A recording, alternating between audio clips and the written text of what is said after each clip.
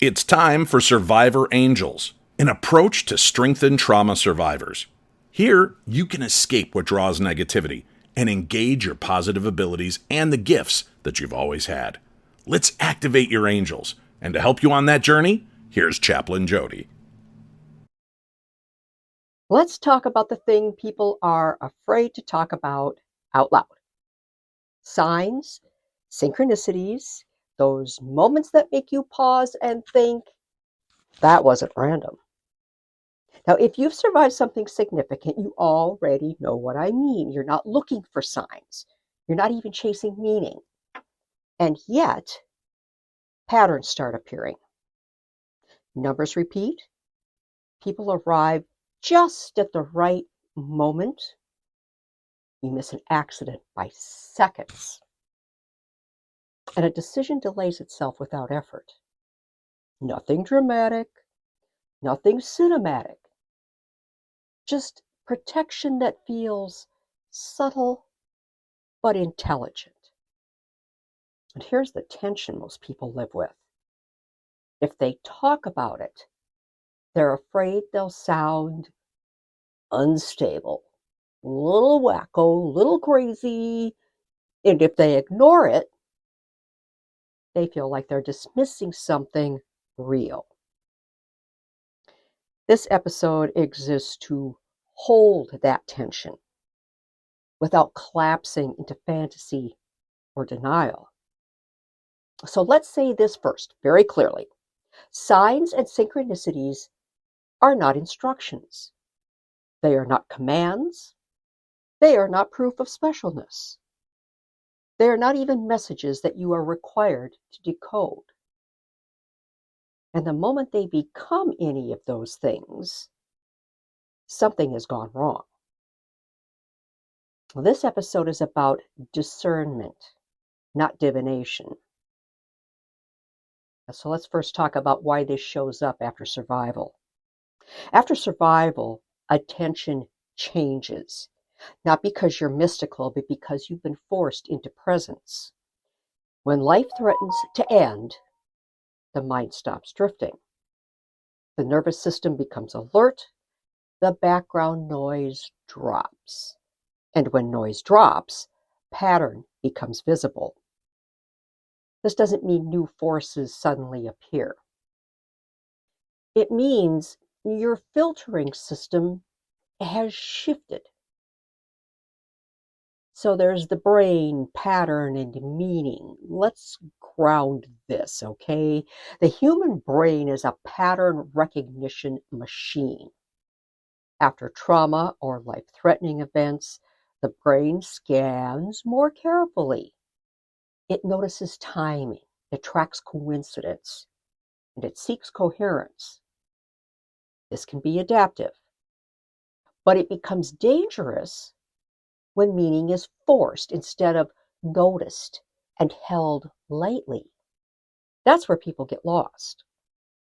Synchronicity is not magic. It's alignment in motion. Carl Jung used the term synchronicity to describe meaningful coincidence without causal explanation. Meaningful coincidence without causal explanation. So not prophecy, not prediction, not control. Meaningful coincidence. Here's the part most people miss. Synchronicity increases during transitions, when identity is reorganizing, when direction is unclear, when one chapter is ended and the next hasn't quite formed yet. You see, survivors live in that space longer than most. So yes, synchronicities show up more often. That doesn't mean they run your life. The subtle protection is quiet by design. Real protection doesn't announce itself. Real protection doesn't shout. Real protection doesn't sparkle. It doesn't demand attention. It often looks like a delay or a missed connection, maybe a sudden fatigue that stops you from going somewhere, an interruption that feels inconvenient at the time. It's only later you realize that mattered. Angels, when described across traditions, are not dramatic interrupters. They're boundary keepers. They adjust timing, they soften impact, they reduce harm. That's it. Now, people get this wrong. Here's where things slide sideways. People start to believe that every coincidence is a sign, that every number has a message, and every delay has a meaning that they must decode. Mm-mm. Because this turns awareness into anxiety.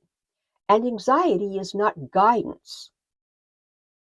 Protection doesn't increase urgency, it reduces it. If something is pressuring you to interpret or decide or act quickly, pause. Pause, pause, pause, pause, pause. That's not how subtle protection works. Signs don't ask for obedience. This is critical. Healthy signs you see don't demand action or elevate identity. They don't isolate you, and they don't override common sense.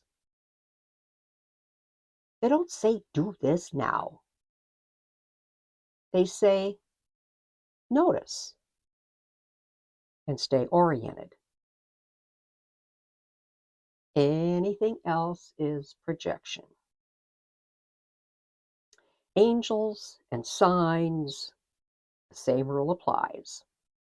Angels don't communicate through puzzles that you're meant to solve. They don't hide messages in license plates. I love that so many people go, oh my gosh, there's my angel number or something, and it's in a license plate.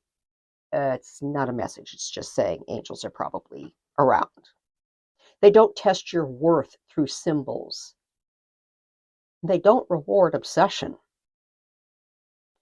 Angelic presence stabilizes. If attention to signs destabilizes you, you simply step back. No apology required. And then there's the season's thread, which is orientation over interpretation. Let me repeat the spine of this season.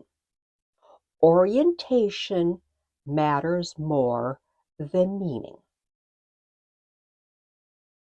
Signs don't exist to tell you who you are. Signs don't exist to explain suffering. They don't exist to predict the future. They exist, at most, to help you remain present during transition. That's it. So when do you trust what you notice? Here's a grounded metric. You can trust what you notice when it increases calm and clarity, allows choice, supports grounding, and then fades naturally. You question what you notice when it increases fear, creates urgency, isolates you, demands interpretation, and escalates over time. This is not spiritual judgment, it's nervous system wisdom. Sacred geometry. Here we go again, because it helps. Think of the spiral. Movement with return. Expansion with containment. Sarah Lemos and I just did a huge piece on this in St. Augustine, Florida, at our Echoes and Currents retreat. Signs operate the same way. They circle. They don't push forward in straight lines, and they don't force decisions. If you feel pushed, step back. So why are survivors vulnerable here? Survivors are vulnerable to overmeaning. Why? Because survival shatters randomness. When you've come close to death or other traumatic situations, coincidence doesn't feel neutral anymore. That's human. But not every moment is charged. Not every moment has patterns that are personal. Not every protection is meant to be remembered. Some things just pass through. And that's healthy. Subtle protection often goes unnoticed, on purpose. The most effective protection is the kind you don't build identity around. It doesn't become a story. It doesn't become proof.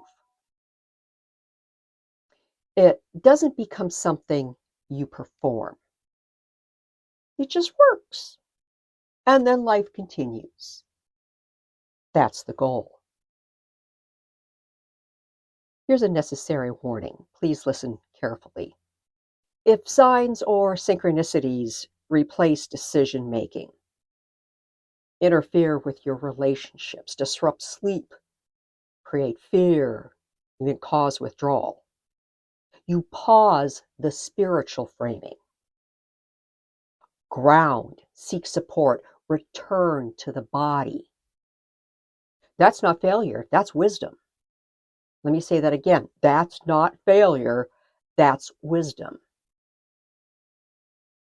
What this podcast will always do, survivor angels will always prioritize stability, protect your orientation, resist sensationalism. Oh my gosh, yes. Honor subtlety and keep you human. I will never encourage obsession, elevate coincidence into destiny, confuse attention with calling, no, or glorify instability. Never, ever. A quiet truth to hold. Here it is. Protection doesn't need your belief to function. Signs don't require interpretation to be real, and awareness doesn't require performance. You are not missing anything if you stop looking. So what comes next? Well, in episode 7, we're going to talk about why survivors often feel watched, but not judged. What that sensation actually is. Why it can be grounding, and when it becomes a projection instead of presence. Because discernment deepens here. If you've been afraid that noticing signs means you're losing your footing, if you've been quietly tracking coincidences without telling anyone, if you'd wondered whether protection is real or imagined, let this episode give you relief. You don't have to chase meaning to be accompanied. Sometimes the most protected thing you can do is simply stay present and let the moment pass without explanation. Until next time, stay grounded, stay slow, and remember, Subtle protection works best when it doesn't need applause. Activate your angels. Thanks again for joining Chaplain Jody on Survivor Angels. For more information, go to chaplainjody.me. That's chaplainjody.me. And on Facebook at Survivor Angels-Chaplain Jody. This is Dave Schrader. Until next time, sending you off to activate your angels.